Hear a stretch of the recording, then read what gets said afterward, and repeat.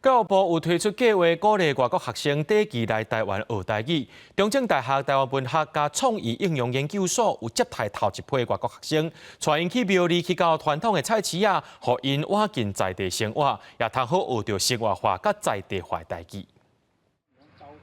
上届宫庙的建筑艺术、说明跋杯的方式，佮有抽签的文化。中正大学台湾文学甲创意应用研究所的所长，为在地宗教文化的角度，教外国学生学台语。嘉南地区是目前台湾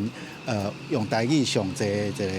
地区，所以为生活当中学习台语，我是感觉安尼效果是上好的。就是学武术，然后这边的传统武术很多师傅都是讲台语的，是他们讲中文的时候，就是有点没有办法表达他们想要说的，所以就会想要学。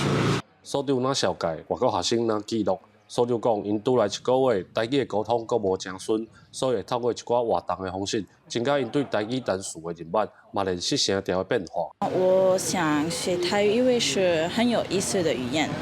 然后我想看看台湾的地方，有好玩，但是我也觉得有时候有点难，因为我有声调的问题的。就是讲你定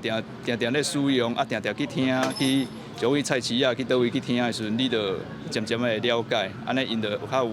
有自信讲，啊无较会学的，伫咧教室学的，较离外口阮无啥共款安尼嘿。为了鼓励国外学生短期来台湾学台语，教育部有推出计划，这外国学生是中正大学配合教育部这个计划第一批学生。台湾创意所表示，煞来阁会带因去到传统市场，互因挖进在地生活，学到生活化佮在地化的台语。记者林慧婷，家己报道。